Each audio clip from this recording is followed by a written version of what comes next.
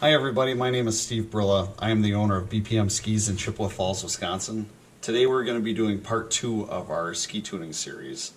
And part 2 is going to include the base portion of the tuning.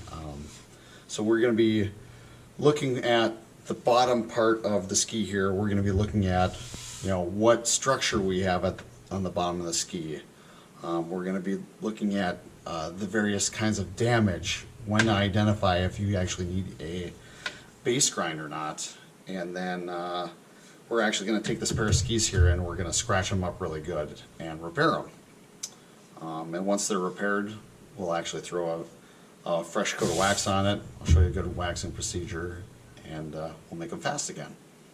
So first things first, we need to take a good look at what's going on with our base.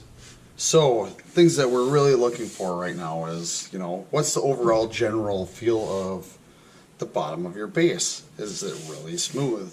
Is it really rough? Do you have big diggers in it? We need to look for structure as well. So structure is, it's basically small grooves throughout the base, and what it does is it prevents the ski from sticking to the snow. So basically what happens is your ski rides on top of the snow and the friction will actually generate water. And for the most part, Midwest skiing, it's pretty cold here. We don't need really crazy structure on the bottom of our skis because generally it's pretty cold. But when things get soft in February, March, the temps start raising up into the 40-degree range, there is a lot of water in the snow. It gets slushy, and what happens is that water cannot get out of the bottom of the ski and it starts sticking to the snow. So ultimately they start getting pretty creative with the structure on the bottom of the skis. You'll see varying X's. The common one for the Midwest is the straight, the lines going the length of the ski. And it works great for us. So before we start tuning our skis, we need to make sure that our bases are flat. So if our bases are not flat, it'll give our skis a bunch of very weird characteristics. So if the ski base is concave, which means it's edge high, the ski will actually kind of rail and want to be in a continuous turn, which is not good. If the ski base is convex, which means it's base high, the ski will like to pivot a lot, but you will not have the same amount of edge hold. So that's why it's very important to make sure that your bases are flat. There is a couple really simple ways to check to make sure that our bases are flat. Ultimately, what we want to do is we want to compare our base to something that's ground flat. So like this steel ruler right here. The steel ruler is it's a Starrett ruler. It's a pretty expensive one actually. But any steel ruler, anything that is ground, generally is going to be pretty flat. You can pick these up just about anywhere. If you want to get the legitimate thing, you can buy a True Bar online. Generally they're not really that expensive, but it's just more oddball. And yeah, True Bar is the actual legitimate way to check to make sure that your bases are flat. But what we do is we take our ruler or our True Bar and we're going to lay it on our ski. We need some sort of backlight. And what we want to do is look underneath the edge of the ruler here, or the True Bar, and you should be able to barely see any light. So like this guy right here, I can barely see any light other than the structure that's underneath the ski. The edges are also beveled as well, so you can actually compare that as well. You can see the bevels. So all in all, these are really good, and what you want to do is you want to make sure that the base is flat throughout the ski. So a lot of times you'll see in the tips and the tails will actually vary different from say like underneath the foot. So always go back a little bit further, check back there as well. So I mean, realistically, these ones look pretty good. Even though this ski here is relatively pretty fuzzy, it still has structure. We can see that there's vertical lines going the length of the ski. Another reason for having a base grind done is if the base is actually polished so much that it no longer has structure. So this guy here is actually a good example. Right there you can see it's actually polished down so much that there is no suction, or that there is no structure there, and it will create suctioning. So as you go down further into the ski, you can actually see that there is structure back here, but not necessarily right there. So another thing that we can look for as well is odd deformities. So say for example right there, got a big gash there. That ultimately can be filled in with P-Tex. We're going to be going through that here in a little bit. The structure is actually pretty good on the bottom of this ski. But one of the things that I found kind of goofy with this one is you can actually see the teeth from the edges up in here. I don't know if I can rotate that and you can actually see it. But yeah, the guy that skis on these skis very, very hard, and ultimately he is pushing the edges out of the bottom of his bases, which is awesome in one hand, but not good for the ski itself. So ultimately, a good base grind will actually remove that little bumps there from where the teeth are. So before we get into fixing this base here, let's talk about some of the equipment that we're going to use for filling in some of the minor impurities that we're going to have in our ski here. So we have the P-Tex candles here. These guys here, they're pretty cheap. I think you can buy them generally, you know, 5 of them for $10 with shipping including. They're really cheap. Ultimately, this is something you should have around. You are going to scratch up your skis eventually.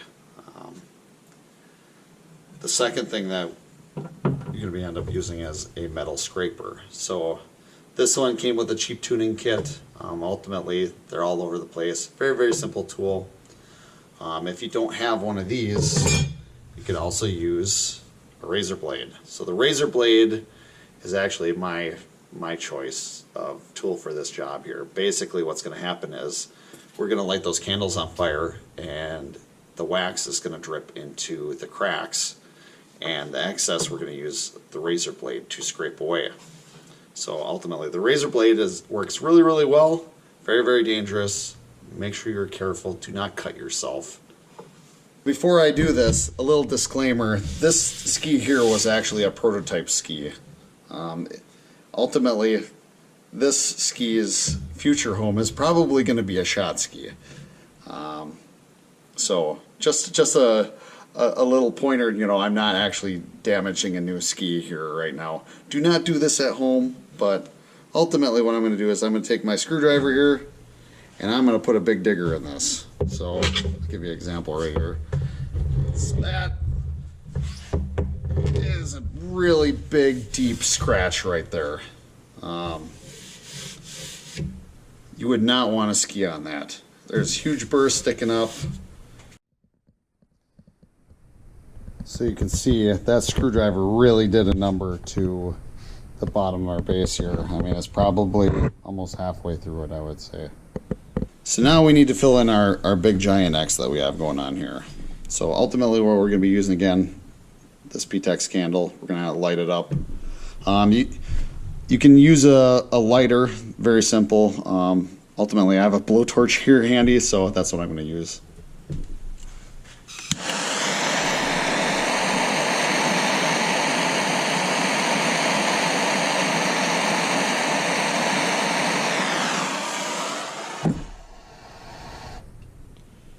So right now you can see that I have a small flame there. Generally it'll stay blue. It's a little bit yellow this time.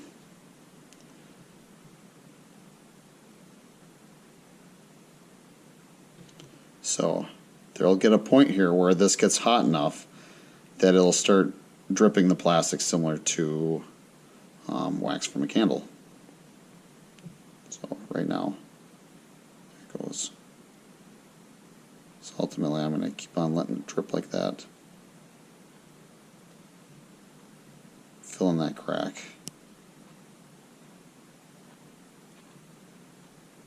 You can see how it's almost dropping like a fire blob. That's actually fusing really, really good to the base then.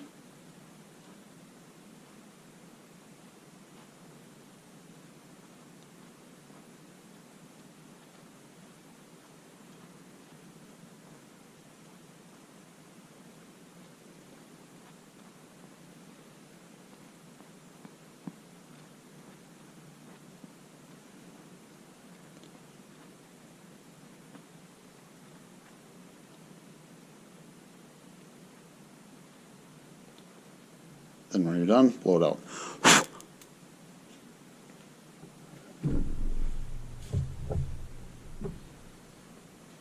So while this is still relatively warm, we want to start scraping this. So again, I'm going to be using my razor blade. Be especially careful if you don't feel comfortable, end up using the metal scraper. But what I'm going to do here is basically hold it flat to the base here and start scraping. So again, you can see I'm taking off the high spots here. And remember, the base is harder than the PTEX itself, so all of the material you're basically taking off is the PTEX. So like this big blob there comes off easy.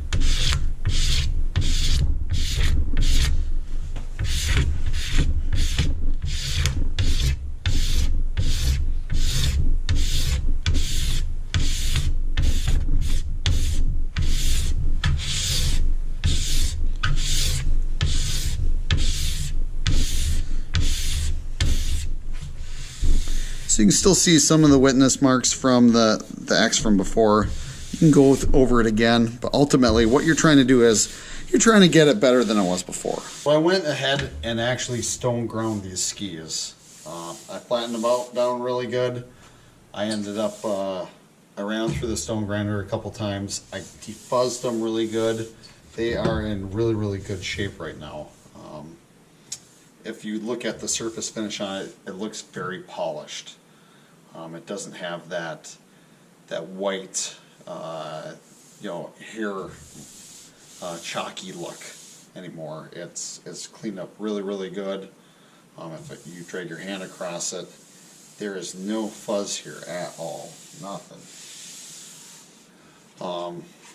If you ever had a ski that did have fuzz on it, it's important to note that the simple way to take that fuzz off is to use Scotch-Brite. So again, use Scotch-Brite, go from tip to tail, work your way down it, like so.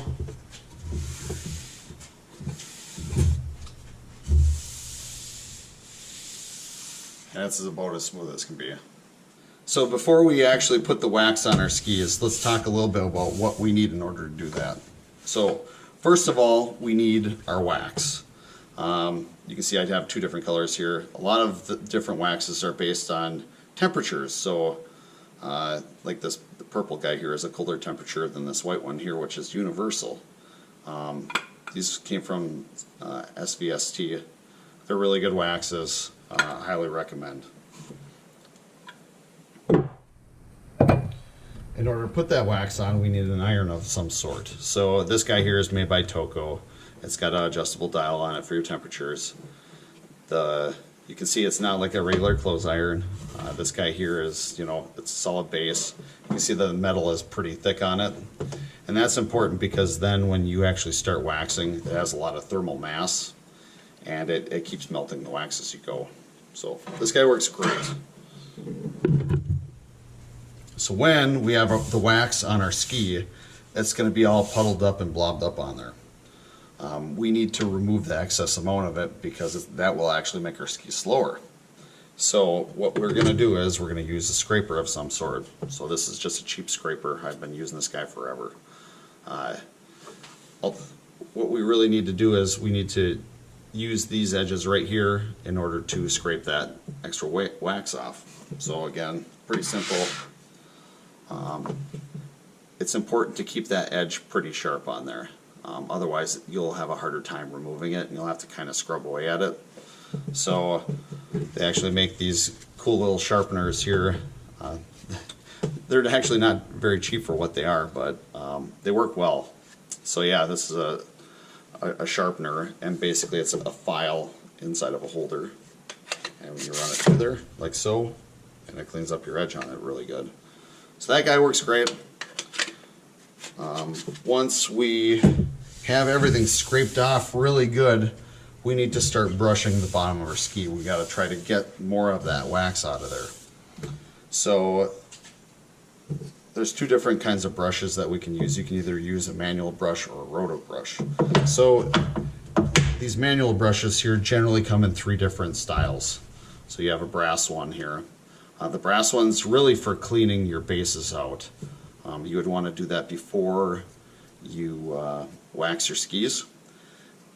I don't like to actually use the brass ones because they can make fuzz on the bottom of your skis. And again, fuzz is like one of those really, really bad things you got to make sure that you don't have on the bottom of your skis. So I try to not use these whenever I can. Next down the line is a nylon brush. So the nylon brush is a finer, softer brush than the brass one, but it's still coarse enough where you can still remove some material.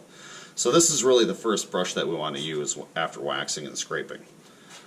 It'll actually give you a pretty nice finish. You'll be able to remove material with it well. For probably 95% of the people, this nylon brush is good enough for most skiing.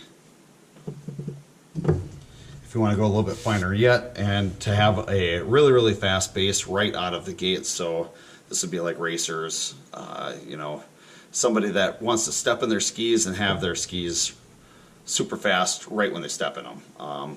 You can start going after it with a horsehair brush. And so the horsehair brush goes finer yet. The bristles are softer.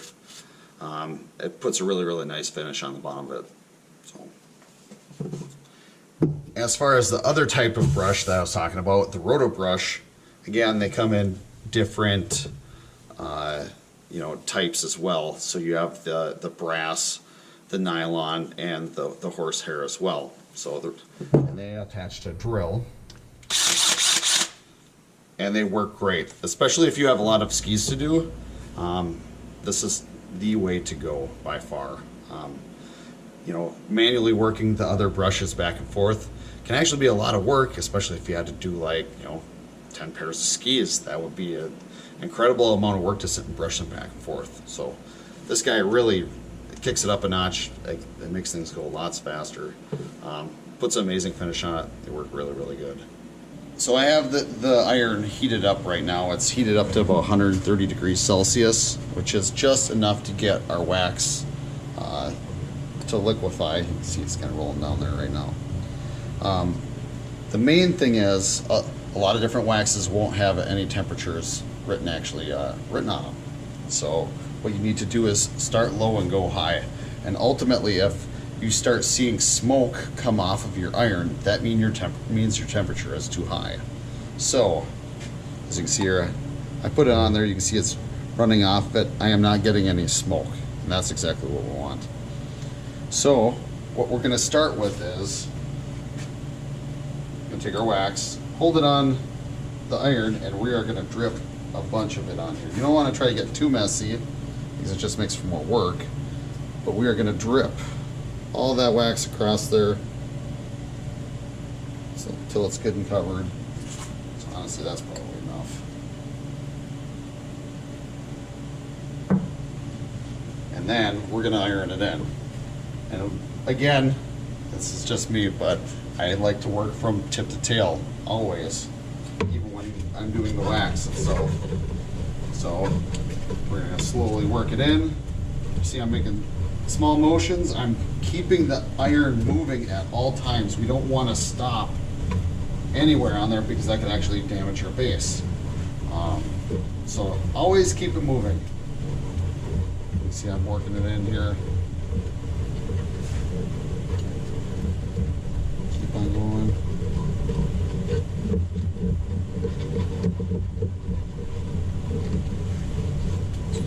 Around my vise.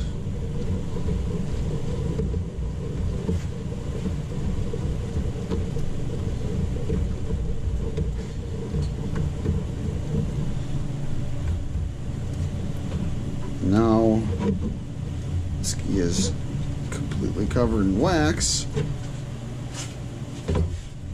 Double check it, run over it again. The wax should be pretty warm still.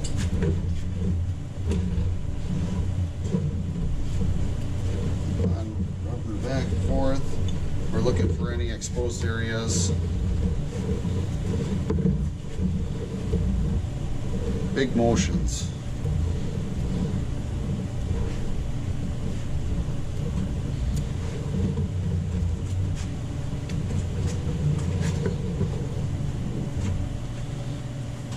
So at this point,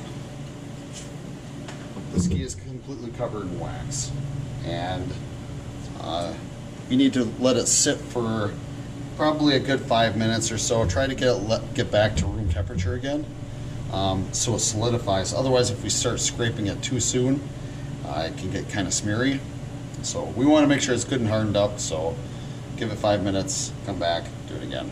So now that our ski is good and waxed and it's cooled down, we need to actually remove all of the wax off of it. Common misconception is that, you know, I've seen so many people that get to this stage here and they do nothing else because they say, well, the wax is what makes it fast. I'm just going to put as much wax on there and I'm just going to run it, and eventually the wax will run off and they'll add more to it. That is definitely not the case. We need to make sure that we are removing all of this wax. Wax is basically just a surface treatment. That's really, really important to note because, you know, we have our structure in there. We have, you know, all those tiny grooves in there. We need to clean all of those back out so our skis don't suction to the snow. And that's really what we're trying to achieve here now by scraping this off and by brushing those grooves out. So I'm going to start with a scraper here. It's good and sharp. Again, just like everything else, we're going to be working from tip to tail. Very, very simple. I hit my place a little bit. Big motions. Ultimately, the scraper is the easiest way to remove the wax from your ski. So if you're having you know, issues, let's say if you're brushing your skis and you see a little bit of excess wax in certain spots, it's always easier to go back to your scraper and remove the wax and work your way through the brushes than it is to just use the brush to try to work your way through the wax. So again, use the scraper as much as you can.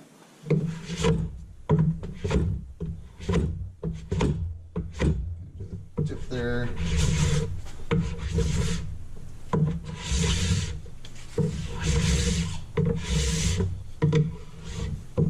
On that.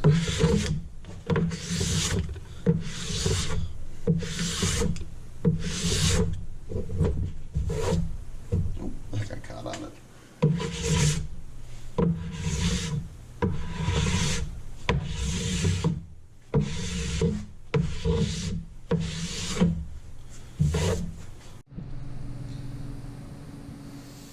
So now that I have the base scraped off really good, I'm going to use the side of the scraper here to actually remove the rest of the wax from the outside edge. That's simple enough as along the edge of that like that.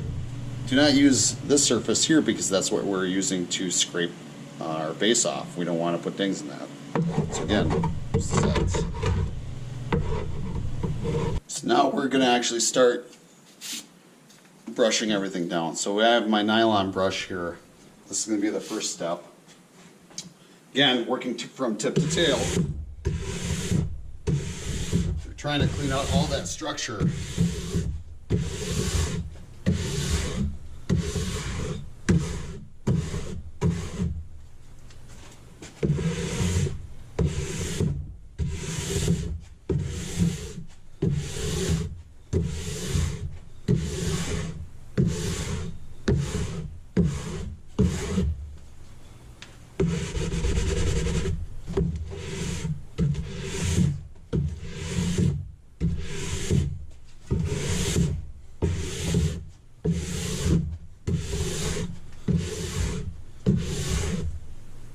So for the most part, if you ended up brushing with a nylon brush, that's going to be good enough for probably 95% of the people out there. If you have everything cleaned up really, really good, this could be your last step right there.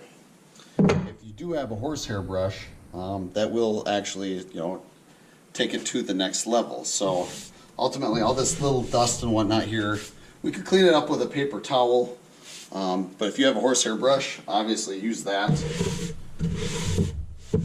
You can see, again, we're polishing it down even finer yet.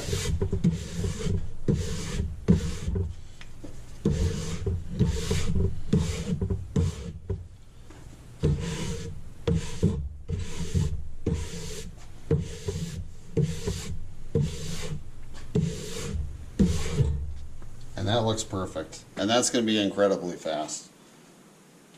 So I hope this video may have cleared up a couple questions that you have on actual taking care of your skis, your bases, as far as waxing them and whatnot. The big thing with this right here is it does take a lot of specialty equipment. So the stuff that I am using here today, it'd be for somebody that has, a decent sized family that all go skiing. And you still want everybody to have the best experience. So, and that's really what this is all about, is having the best experience as possible. So, my name is Steve Brilla. I am with BPM Skis in Chippewa Falls, Wisconsin. I will see you out in the snow.